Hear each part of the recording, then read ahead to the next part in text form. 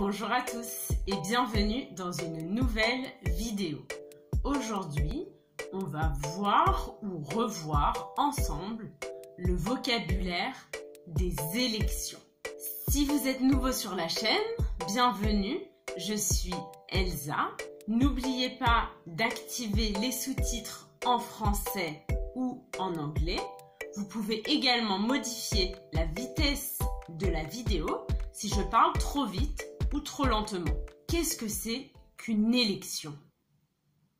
D'après Wikipédia, une élection est la désignation par le vote d'électeurs, de représentants, une personne, un groupe, un parti politique, destiné à représenter les électeurs.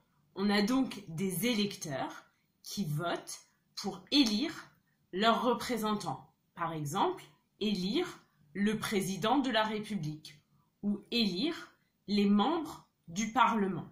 Pourquoi je vous parle de cela aujourd'hui? Cette semaine, en Israël, nous allons voter pour élire les membres du Parlement. Les élections ont normalement lieu tous les 4 ans, mais ces élections sont les 3e élections en moins d'1 an, car les partis politiques n'ont pas réussi à former un gouvernement. Il faut savoir que le système politique israélien est différent du système politique français. Le principe de l'élection au suffrage universel est le même en France et en Israël. C'est-à-dire que tous les citoyens majeurs, tous les citoyens de plus de 18 ans votent. Mais le mode de scrutin est différent. C'est-à-dire que le système de vote est différent. Je ne vais pas trop rentrer dans les détails, mais si cela vous intéresse, je vous laisse dans la barre d'infos un lien vers un article qui explique les différents modes de scrutin. En bref, ce qu'il faut savoir, c'est qu'Israël est une démocratie parlementaire. Le Parlement est élu selon un mode de scrutin proportionnel, c'est-à-dire que les sièges du Parlement sont attribués proportionnellement aux partis politiques en fonction du nombre de voix reçues aux élections. En Israël, on ne vote pas pour une personne en particulier, mais on vote pour un parti politique. Il y a un président de la République, mais ce président de la République a un rôle uniquement symbolique. En France, c'est différent. Le président de la République a un rôle très important et il est élu pour 5 ans lors des élections présidentielles. En général, le processus électoral comprend 3 phases. Avant le vote, le jour du vote et après le vote. Avant le vote, il y a ce qu'on appelle la campagne électorale.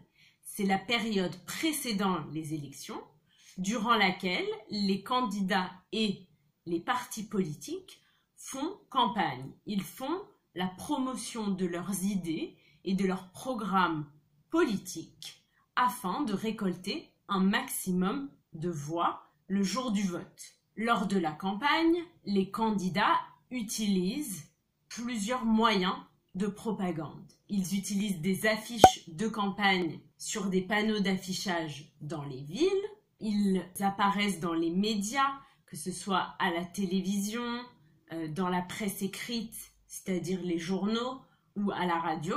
Et ils utilisent Internet et les réseaux sociaux.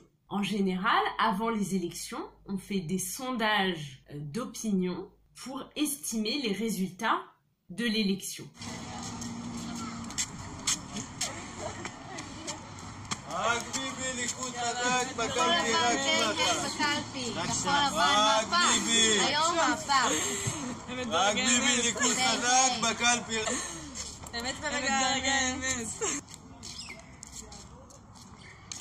Aujourd'hui, c'est le grand jour.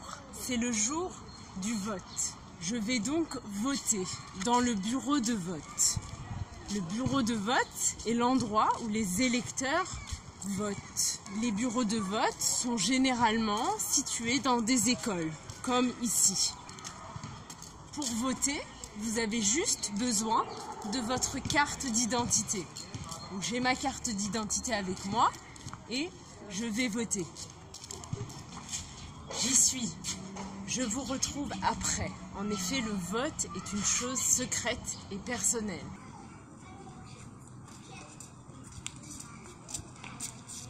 Ça y est, j'ai voté.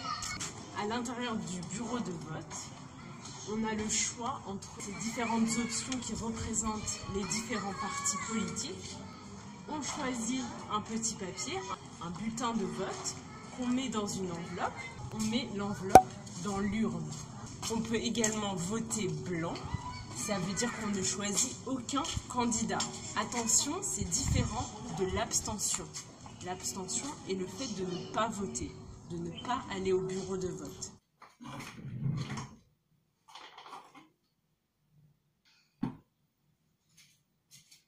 Je vous retrouve quelques jours après le vote. Aujourd'hui, on est vendredi 6 mars 2020. Les résultats officiels seront publiés mardi 10 mars. À la fin du vote, on fait ce qu'on appelle le dépouillement des bulletins de vote, c'est-à-dire qu'on compte les bulletins de vote et cela peut prendre du temps.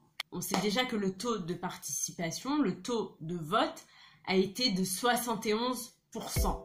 C'est tout pour cette vidéo, j'espère que ça vous a plu, que vous avez appris du vocabulaire. Si c'est le cas, laissez-moi un pouce en l'air et abonnez-vous à la chaîne. Racontez-moi dans les commentaires comment le système électoral fonctionne dans votre pays, ça m'intéresse. Et je vous dis à la prochaine.